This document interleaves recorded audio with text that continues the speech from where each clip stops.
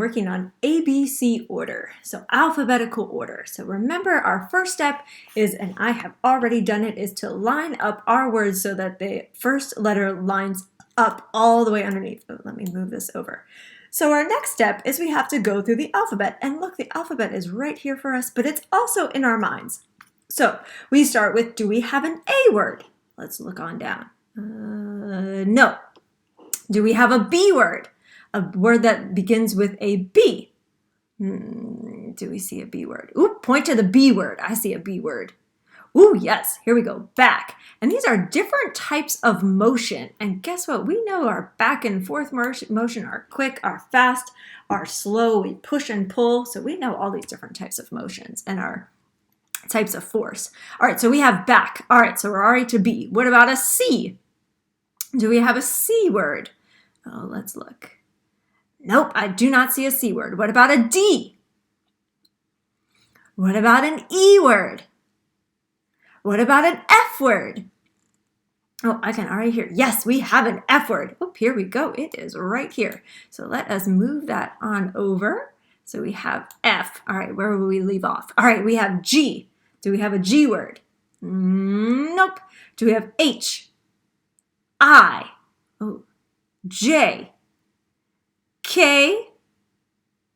L? Oh, I don't see any of these. There's a big gap. M? N? O? Wow. P? Ooh, yes, I do see a P word. Oh, here we go. Push. Let's move that on over. All right, so we're at P. What about a Q word? Point to the Q word. I see a Q word. Ooh, the Q-U, quick. Here we go, quick. Ooh, it has that CK sound together too. So quick. And then so we have our Q. What about R?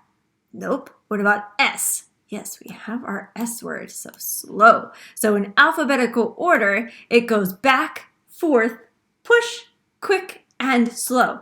And we do this in ABC order, especially when we look up at things in the index. They're in ABC order, and it's just an easier way to organize things is for our ABC order. Okay, let us look at, and Miss Sparks is going to pull up our graphic organizer on our Jamboard. So our main idea of our book that we are reading, How Sound Moves, is our main idea is what is this book mostly about? And it's about sound can move in many different ways. Okay, now that we figured out our main idea, we have to figure out our supporting detail. Supporting details are just a fancy way of saying something that supports the main idea. I know Miss Sparks just defined something with the actual word. But what it all means is that a sentence that backs up what you just said in the main idea. And it's, I know this because, and we get our supporting details from the text, from the book. Now, here's an example.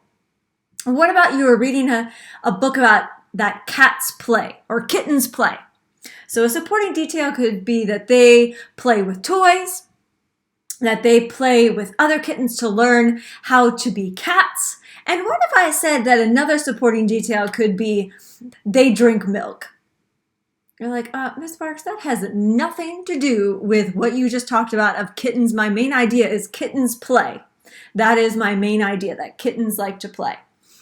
So our main idea has to back up our supporting detail has to back up our main idea. So as I am going to read through our our book, I want you to think about what is something from the text that backs up sound can move in many ways. What is a way that sound can move? That is a great question to ask while we're going through this. So here again is our table of contents. And our table of contents helps us flip to the pages that we might need. Our headings help us out as well, especially trying to figure out our supporting details, because those can definitely help us out. So we have our heading of boom, boom, boom. You hear the booming noise of a deep drum. How does the sound reach you? And how do you know what it is? Good question. That doesn't really help us in our supporting details, though. Sound waves. A drummer hits a drumstick against a drum head to make it vibrate.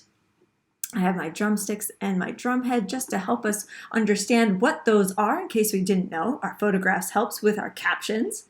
To vibrate is to move back and forth quickly. So here's my caption. When the person hits the drum head, it vibrates and makes a sound. Ooh, Looks like that sound is moving. The vibrations bump the air and start a sound wave. The sound wave travels through the air to your ear. This drum makes a sound wave. Hearing sound. The wave quickly reaches your ear and goes inside the canal. So here's that sound wave, goes into the canal. Here's my canal. Ooh, a diagram. These help me really understand what's going on because I have no idea what an ear canal is, but now I can see it's right here. It bumps a little drum there called an eardrum. Oh, how fancy that it's called an eardrum, and we're talking about sound and making drums. Inside your ear. Your eardrum is a small flap of skin in your ear. Sound waves make it vibrate, so that's what makes it move. The eardrum sends a message to your brain. Your brain hears the boom and tells you that the boom is the sound of a drum. Oh, so it goes in through here, hits the eardrum, which it vibrates and sends us to our brain. Ooh, that sounds like a way that sound is moving. So volume, how loud is it? Some sounds are loud and move in tall waves, such as a drum's boom. So we have volume tells us how loud a sound is. The higher the volume, the louder the sound. Oh, I'm sure that you might be learning this maybe with Jungling last year or maybe Miss Swift. Quiet sounds have short waves. Airplanes and cars have high volumes. Loud sounds have tall waves. Some sounds are quiet and move in shorter waves. Pitch, how high is it? Some sounds are high and move in waves that are so close together. So here we go. The tea kettle makes a high sound. Some sounds are low and move in waves that are far apart. A deep drum boom is like this too. So the pitch tells you how high or low a sound is. Lions make low sounds. Waves are far apart when the pitch is low. This is talking a lot about sounds and how sounds move too. Sounds are everywhere. Close your eyes and listen closely to the noises around you. You can tell that sound waves are everywhere. Dogs can make sounds with high and low pitches when they bark. What is their volume? What is their pitch? Birds can make many sounds. Fire engines can make loud sounds. Oh, so this was our Let's Do Science part.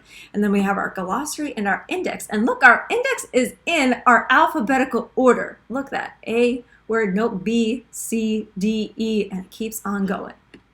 All right, so our supporting details. Now that is a lot of information, and yes, I know that. So remember, our main idea is sound can move in many different ways. So let's think how sound initially starts. So how does sound initially start? Okay, so we talk about how a vibration, so it vibrates, so when something is hit, there makes a vibration. So the vibrations bump the air and start a sound wave. Ooh, so this is telling me how sound can move. So my vibrations, look at that. That's our sound waves. So a vibration bumps the air and starts a sound wave. So let's think about how we can word this so we can come up with our sound and how it travels and how it moves. So let's go back onto our thing. So sound can move in many different ways. Oh, Miss Marks did have a text box here. So our sound can move by a vibration. So sound moves when a vibration happens. So sound moves when a vibration happens. So that's one of our supporting details, because let's look back at our text. So the vibration, the bump in the air, starts a sound wave. And the sound wave travels through the air to the ear. So we'll get to that point tomorrow about talking about our ear. But sound moves when a vibration happens. So it travels through the air. So this is our first supporting detail that we came up with together. So sound moves when a vibration happens. So that's how it moves. That's one way that it can move with our vibration. That's how we start a sound wave. So I could have gone on to so many sentences where a vibration is a sound wave, and that's how it all starts, but we're going to condense it. We're going to put it together. And we have sound moves when a vibration happens. And we know that a vibration happens when we look at here. So when it bumps the air and it starts a sound wave, just like when you hit a drum or make a noise, there is a sound wave that happens. All right, so that is how you are going to complete your graphic organizer. So you're going to fill in your supporting detail number 1 by just copying our sound moves when a vibration happens. So a sound moves when a vibration happens. So go ahead, you're going to find your Jamboard up here and you're going to fill in your supporting detail number 1. So sound moves when a vibration happens. So sound moves, and it starts with that sound wave. You can also say maybe sound waves happen when a vibration occurs, but we're just going to say sound moves when a vibration happens.